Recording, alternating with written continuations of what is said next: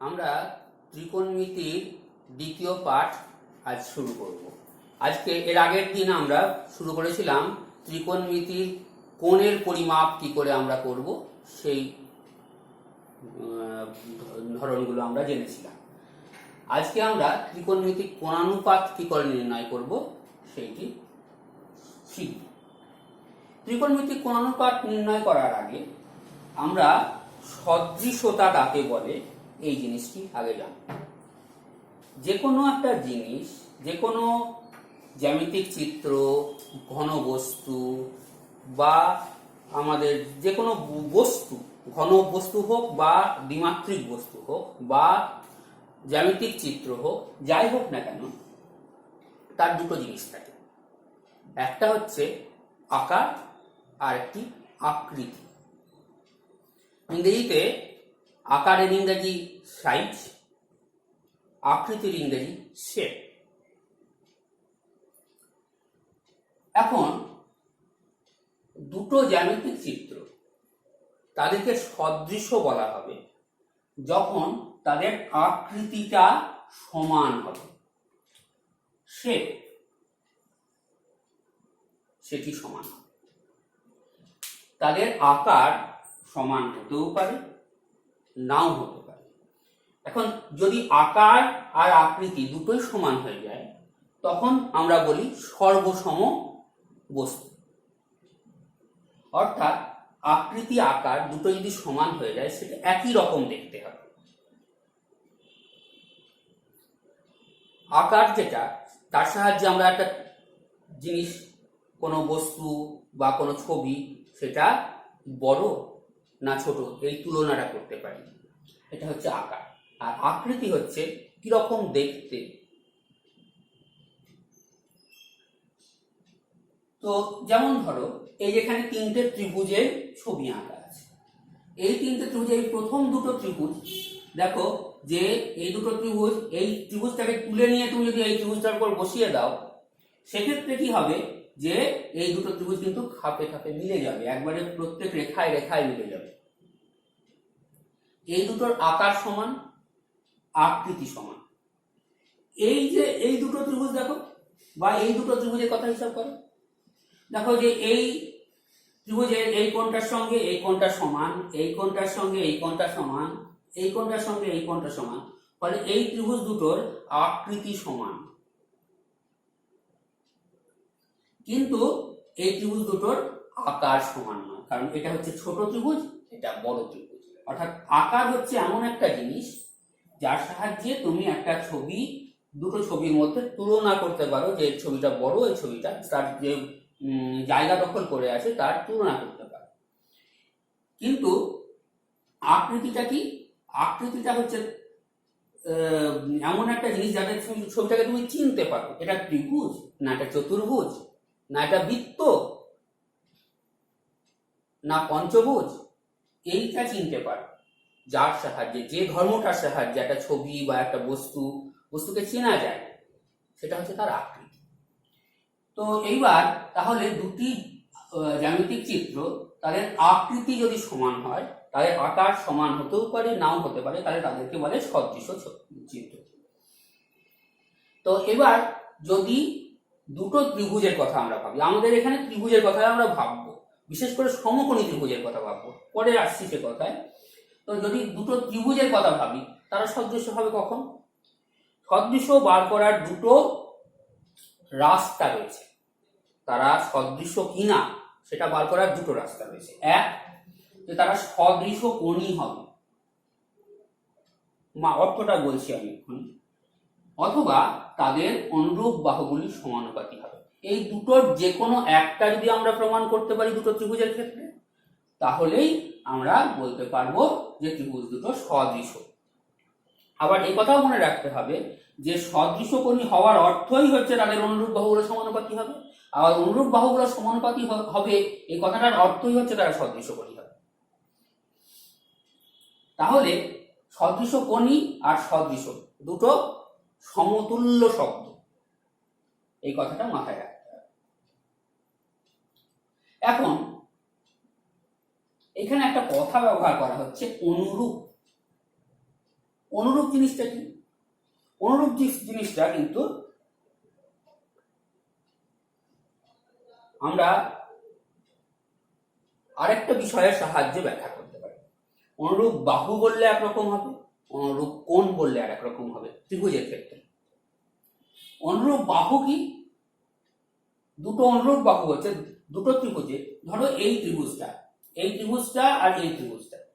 এই ত্রিভুজটার ক্ষেত্রে যে এই কোণটা আমি নাম দিই একটু এ বি সি ত্রিভুজ, এটা হচ্ছে পি কিউ আর ত্রিভুজ। এবার দেখো এই যে কোণ বি, এই বি কোণটা আর এই কোণ কিউ কোণটা এরা সমান। এই সমান কোণের বিপরীত বাহু কোণটা এখানে এসি আর এখানে হচ্ছে পি আর। তাহলে এই এসি আর পি আর হচ্ছে অনুরূপ বাহু। অনুরূপ ভাবে এই যে বিসি আর এই যে কিউ আর এরা অনুরূপ বাহু, কারণ দুটোই হচ্ছে কোণ এ আর কোণ পি যেহেতু সমান, এই কোণ এ আর কোণ পি বিপরীত বাহু বলে এরা অনুরূপ বাহু। আবার কোণ সি আর কোণ আর সমান, ফলে কোণ সি এর বিপরীত বাহু এ বি আর কোণ আর এর বিপরীত বাহু পি কিউ এরাও অনুরূপ বাহু। তাহলে অনুরূপ বাহু হচ্ছে সমান কোণের বিপরীত বাহু।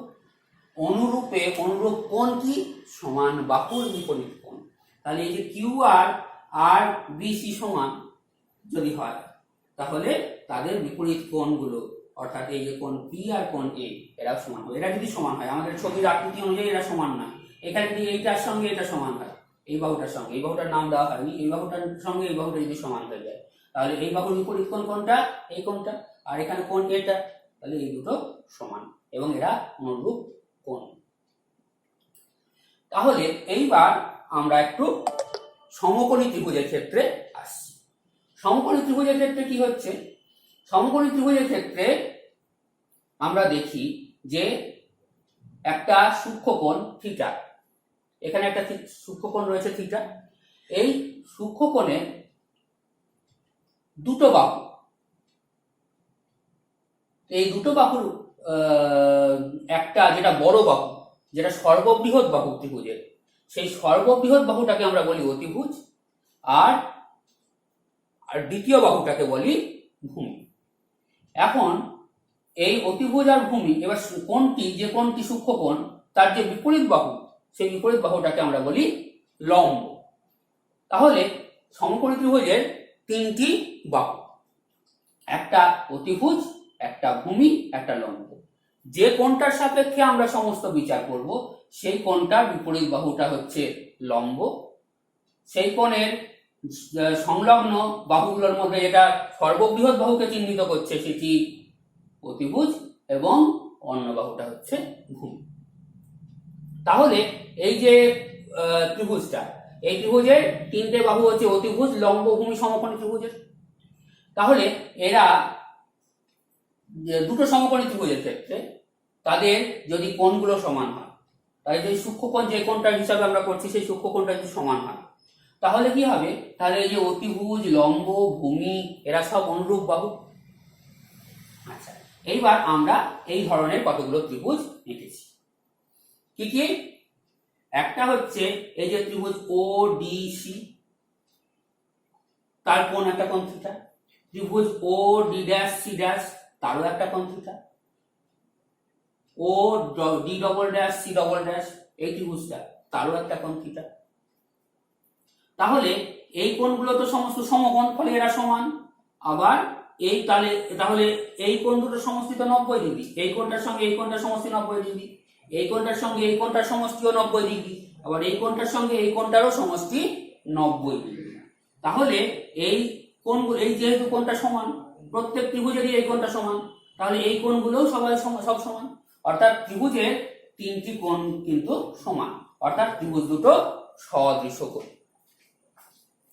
তাহলে ত্রিভুজ দুটো সদৃশকোণী হলে আমরা কি বললাম? যে সদৃশকোণী হলে তাদের অনুরূপ বাহুগুলো সমানুপাতিক হবে। তাহলে এই ত্রিভুজগুলোর অনুরূপ বাহুগুলো সমানুপাতিক হবে।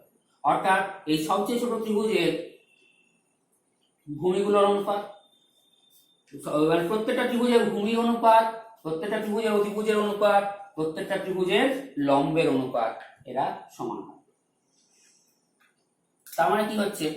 আমরা দেখছি যে লম্ব CD, CD is to C dash D dash, একটু বড় করে লিখি।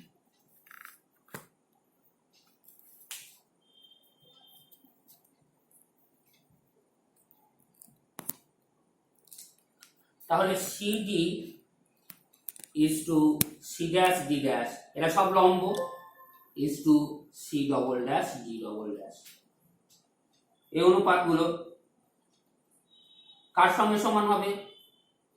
লম্বের অনুপাতগুলো OD is to OD dash is to OD double dash. আবার তার সঙ্গে কে সমান হবে? অতিভুজের অনুপাতগুলি, অর্থাৎ OC is to OC dash is to OC double dash. তাহলে এই অনুপাতগুলো সমান হবে। অর্থাৎ এই যে এটা যদি লম্ব আর এটা তো অতিভুজ, তাহলে লম্ব এই লম্বটা আর এই অতিভুজটার অনুপাত, এই লম্বটা এই অতিভুজটার অনুপাত, এই লম্বটা এই অতিভুজটার অনুপাত একই রকম ভাবে সমান হবে। অর্থাৎ যদি এই কোণটা স্থির থাকে তাহলে লম্ব বাই অতিভুজ এই অনুপাতটা সবসময় একই থাকছে। এই কোণটা যদি স্থির থাকে তাহলে লম্ব বাই অতিভুজ এই অনুপাতটা সবসময় সমান থাকছে। অর্থাৎ একটা নির্দিষ্ট কোণের জন্য লম্ব বাই অতিভুজ অনুপাতটা সবসময় একই থাকে। এইবার একই রকম ভাবে আমি দেখাতে পারি যে ভূমি বাই অতিভুজ এই অনুপাতটাও একটা নির্দিষ্ট কোণের ক্ষেত্রে একই থাকে। আবার এটাও দেখাতে পারি যে লম্ব বাই ভূমি এই অনুপাতটাও একটা নির্দিষ্ট কোণের ক্ষেত্রে একই থাকে। এবার এই যে অনুপাতগুলো, এই অনুপাতগুলোর এক একটা করে নাম আছে, এবার আমরা সেই নামগুলো জানব।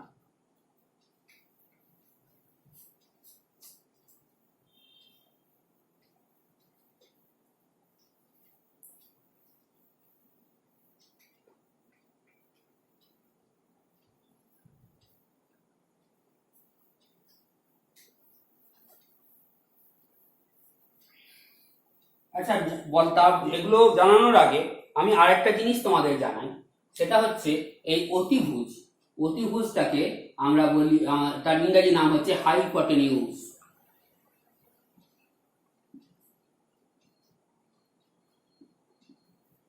ভূমির ইংরাজি হচ্ছে বেস, লম্বর ইংরাজি হচ্ছে পারপেন্ডিকুলার।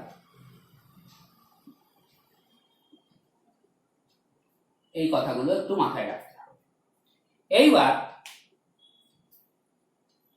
এখানে এই কোণটির নাম থিটা, এবং এই থিটাটা যদি স্থির থাকে তবেই কিন্তু এই অনুপাতগুলো স্থির থাকে। ফলে এই থিটাটার উপরে এই অনুপাতটা নির্ভর করে, ফলে প্রত্যেকটা অনুপাতের সঙ্গে এই থিটা কথাটা থাকবে। তাহলে লম্ব বাই অতিভুজ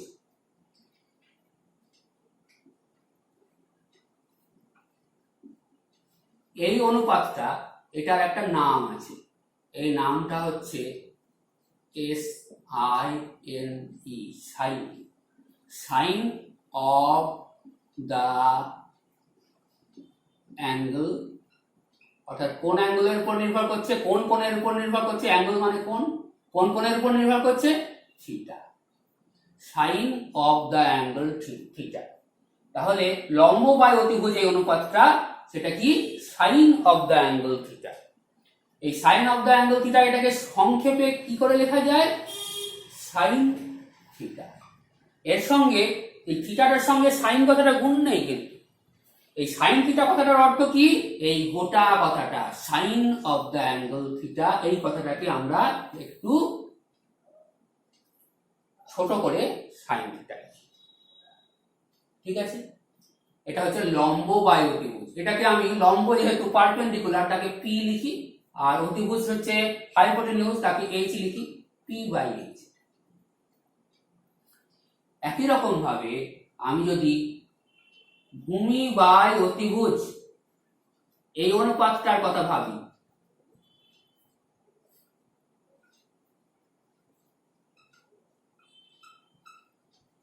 তাহলে সেটারও একটা নাম আছে। সেই নামটা কি? Cosine of the angle theta. Cosine of the angle theta. এটাকে ছোট করে কি লেখা হয়? Cos theta. আর একটা হচ্ছে ভূমি,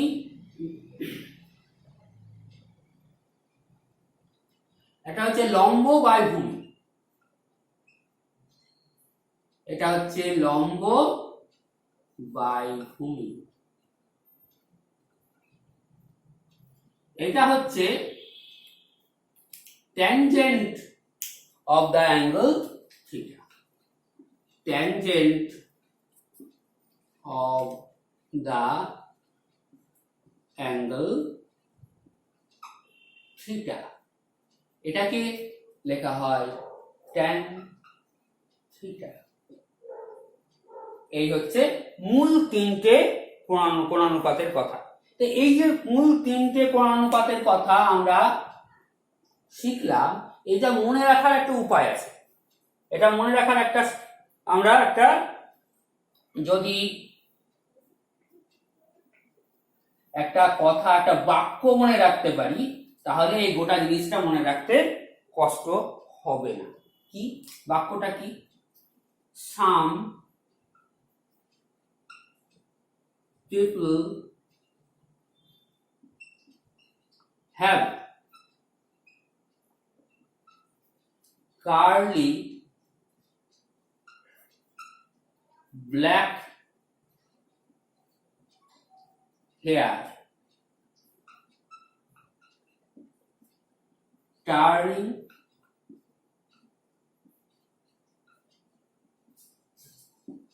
permanently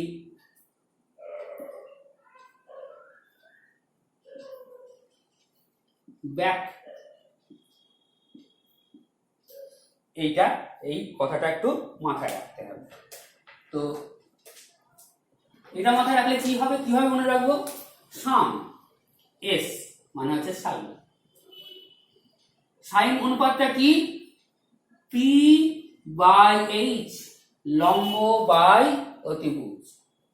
কার্লি সি হচ্ছে কস, সেটা কিসের অনুপাত? বি বাই এইচ, ভূমি বাই অতিভুজ। টার্নিং টি, ট্যান, ট্যানজেন্ট, কিসের কিসের অনুপাত? লম্ব আর ভূমি।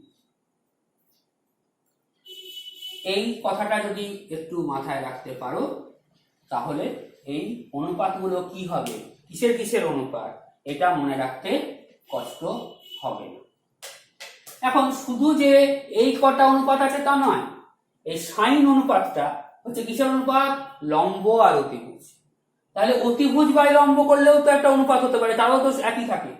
সেই অনুপাতটা অতিভুজ বাই লম্ব, অর্থাৎ এইচ বাই পি, এই যদি করা যায়, সেটাকে বলা হয় কোসেক্যান্ট, কোসেক্যান্ট অফ অ্যাঙ্গেল থিটা। সেটা সংক্ষেপে কিভাবে লেখে? Cosec theta. আচ্ছা, তারপরে হচ্ছে অতিভুজ বাই ভূমি, এটাকে বলছে সেকেন্ড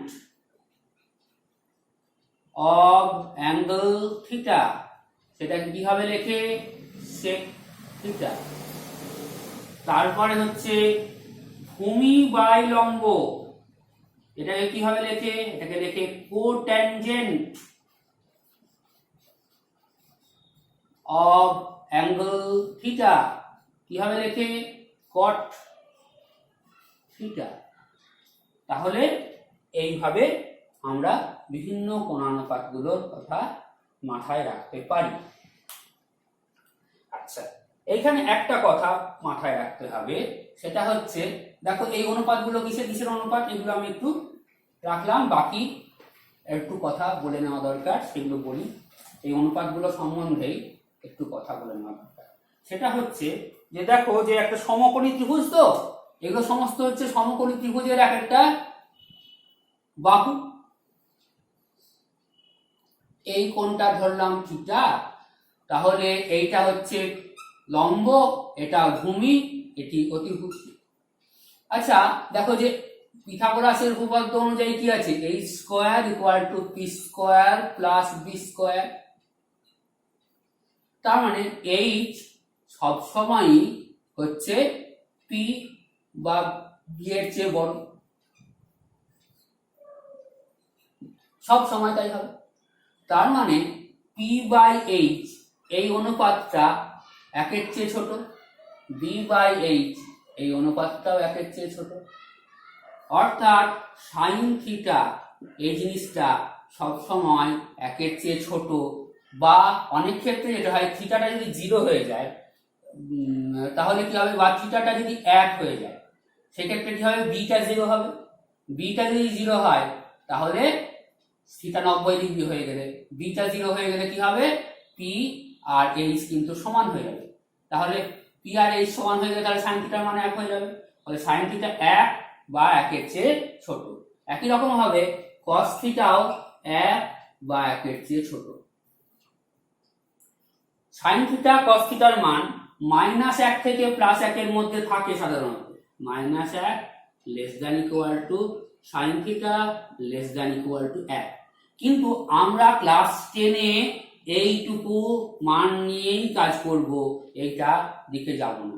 একই রকম ভাবে cos থিটার মানও -1 less than cos theta less than equal to cos theta less than equal to 1, এবং সেক্ষেত্রেও আমরা শুধুমাত্র এইটুকু নিয়ে কাজ করব। এইটা এখন আমাদের কাজে লাগবে না, ক্লাস 11-এ যাওয়ার পরে আমরা এগুলো পাবো। আচ্ছা একই রকম ভাবে tan থিটা হচ্ছে পি আর বি এর অনুপাত। পি আর বি অনুপাত 1 এর চেয়ে বেশি হতে পারে, 1 এর চেয়ে কম হতে পারে, 1 হতে পারে। তাহলে পি আর বি tan থিটার কিন্তু আমরা -ইনফিনিটি অর্থাৎ মাইনাসের দিকে যত বেশি, less than tan theta less than infinity. tan থিটার মান যা খুশি হতে পারে, যে কোনো বাস্তব মান হতে পারে, কিন্তু আমরা যে মানগুলো ব্যবহার করব তাতে tan থিটা -ইনফিনিটি যা আমরা যাব না, tan থিটা হচ্ছে +ইনফিনিটি অর্থাৎ ধনাত্মক মানগুলোই আমরা নেব। একই রকম ভাবে cot থিটারও তাই, যে ধনাত্মক মানগুলো আমরা নেব। আচ্ছা আজকে যেটুকু বললাম অঙ্কগুলো এরপরের পাঠে আমরা করব। আজকে এই পর্যন্তই, পরের ক্লাসে আবার দেখা।